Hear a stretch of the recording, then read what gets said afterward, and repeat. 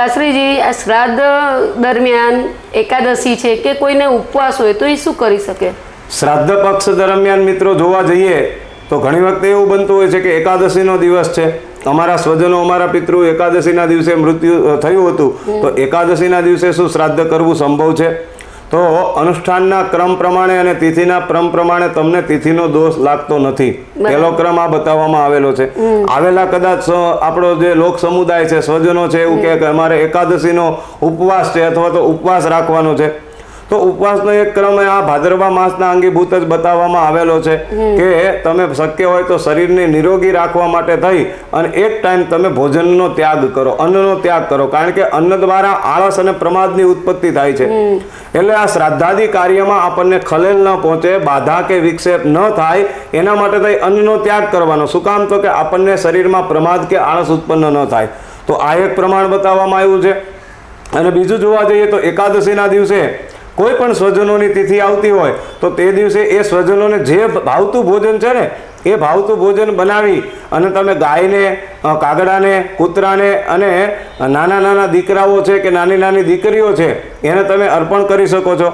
અને કદાચ એકાદશી દરમિયાન કોઈને ઉપવાસ હોય તો એ ભોજનના જગ્યા ઉપર તમે ફલાહાર, અત્યારના સમયમાં તો ઘણું બધું ફલાહાર આપણને બહુ સુખપૂર્વક પ્રાપ્ત થઈ શકે છે, તો એ ફલાહાર પણ તમે આ ભોજનના નિમિત્તે પિતૃઓને એકાદશીના શ્રાદ્ધના અંગીભૂત અર્પણ એ કરી શકો છો.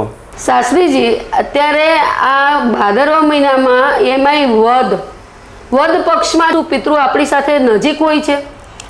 જી નીલમબેન, આમ તો જોવા જઈએ તો ભાદરવાના પાછળના 16 દિવસ આપણે શ્રાદ્ધ તરીકે ઓળખીએ છીએ. શા માટે? ભાદરવા મહિનાના આ અંધારિયામાં જ, શ્રાવણ માસમાં નહીં, અષાઢ માસમાં નહીં ને આસો મહિનામાં નહીં.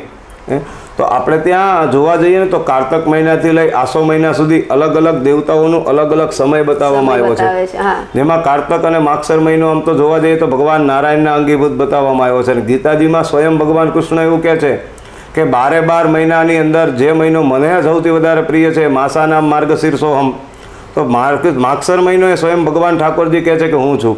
એમ ધીરે ધીરે આપણે પ્રમાણ કરીએ પછી અષાઢ મહિનો છે એ પૂર્ણ થાય, શ્રાવણ આવે તો ભગવાન મહાદેવ, ભાદરવામાં આપણે જોઈએ તો ભગવાન ગણેશજી 10 દિવસ, એ પણ આપણને કથાનક જોવા મળે છે કે ગણેશજીએ લેખન આદિ કાર્ય કર્યું, 10 દિવસ શરીરનું તાપમાન વધ્યું અને જળમાં સ્નાન કરાવવામાં આવ્યું. ત્યારબાદ આવે છે ભાદરવાના પાછળના 15 દિવસ, એટલે કે પૂર્ણિમાથી લઈ અને આમ તો અમાવસ એટલે કે 16 દિવસ બતાવવામાં આવ્યા. તો આપણે ત્યાં ગરુડ પુરાણ પ્રમાણ આપે છે, એની સાથે સાથે સ્કંદ પુરાણમાં પણ ક્યાંક પ્રમાણ બતાવવામાં આવ્યું છે કે આ 16 દિવસ દરમિયાન દેવી શક્તિઓ જે છે ને એનું જેમ મેં કહ્યું ને કે પૃથ્વીથી ભગવાન સૂર્યનારાયણનું અંતર ઓછું થાય છે, સૂર્યનારાયણ દૂર જતા રહે છે અને દૂર જવાના કારણે થઈ એ સૂર્યપ્રકાશ પણ ઓછો પડે છે. દેવી શક્તિઓ જે પ્રમાણે કાર્ય કરવી જોઈએ એ કાર્ય એનું નિવૃત્ત બને છે, પ્રવૃત્ત થવું જોઈએ એની જગ્યાએ નિવૃત્ત બને છે.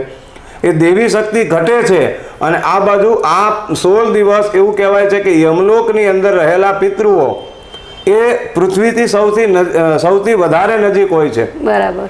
અને સૌથી નજીક હોવાના કારણે કઈ જેમ કોઈ નાનું બાળક હોય અને પોતાના સ્વજન પ્રત્યે કોઈ આશા રાખે, અપેક્ષા રાખે, એમ મારા તમારા પિતૃઓ પણ આપણા પાસે એ કંઈક અપેક્ષા કે બાધા રાખતા હોય છે, કંઈક ઈચ્છા રાખતા હોય છે. કારણ કે આ 16 દિવસ એવો છે કે પિતૃઓ સૌથી વધારે પૃથ્વીલોકની નજીક બતાવવામાં આવ્યા છે. દેવી શક્તિ જ્યારે દૂર થાય છે એટલે આસુરી શક્તિ આપણી ઉપર એનું આવરણ એક વધવા લાગે છે. તો એ આસુરી શક્તિથી રક્ષણ મેળવવા માટે એ આપણા સ્વજનો જ રક્ષા કરવાના છે. કારણ કે અમુક કાર્ય એવું છે કે જે પિતૃઓ જ આપણને અર્પણ કરે છે. ધન કનક સંપત્તિ પ્રાપ્તિ રસ્તુ, ધનની સંપત્તિ હોય કે સંતાનની સંપત્તિ હોય, સંતતિ અને સંપત્તિ આપવાનું કામ એ પિતૃઓનું છે. ત્યારે આ 16 દિવસ દરમિયાન આસુરી શક્તિઓથી રક્ષણ મેળવવા માટે એક પ્રોટેક્શનના ભાગરૂપે એ આપણા સ્વજનો મૃત્યુ પામ્યા પછી પણ આપણું રક્ષણ કરે છે. આ એક પ્રમાણ છે ગરુડ પુરાણ. અને એટલા માટે તે રક્ષણ કરવાના ભાવથી જે તે પિતૃઓની તિથિ આવે છે ત્યારે તિથિના અંગીભૂત આપણે સ્વજનોને, આપણે પિતૃઓને યાદ કરી અને એમને આપણે જલ દ્વારા એટલે કે તર્પણ દ્વારા અને અન્ન એટલે કાચું અન્ન એટલે પિંડદાન, જલમ અન્નમ એ પિંડદાન દ્વારા એ પિતૃઓને આપણે તૃપ્ત કરીએ છીએ. એ એક ભાગ પણ આ શ્રાદ્ધ પક્ષ દરમિયાન બતાવવામાં આવેલો છે. તો એટલા માટે થઈને આપણે આ ભાદરવાના પાછળના 16 દિવસ એ પિતૃપક્ષ તરીકે ઓળખીએ છીએ. અને એ જ પિતૃઓ અંતે આપણી આ સમય દરમિયાન એ આસુરી તત્વમાંથી એ પિતૃઓનું સંપદા અને રક્ષણ કરવાવાળા એ બનતા હોય છે. બરાબર.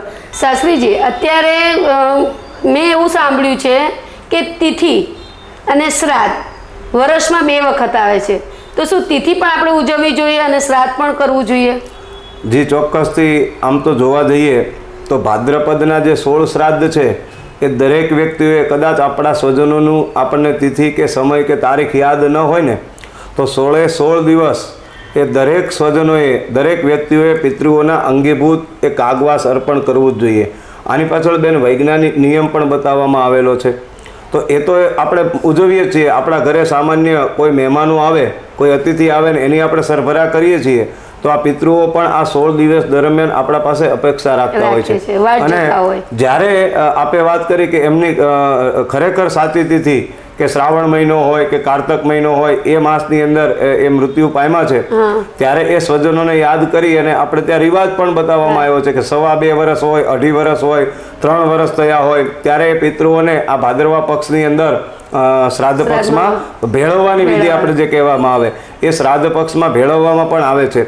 અને વિશેષતઃ જ્યારે એ સ્વજનોની તિથિ આવે છે ત્યારે તમે એને યાદ કરી અને એમના અંગીભૂત જેમ આપણા ઘરે પ્રસન્નતાથી આનંદથી આપણે સત્યનારાયણ ભગવાનની કથા કરીએ છીએ. શું કામ કરીએ મિત્રો?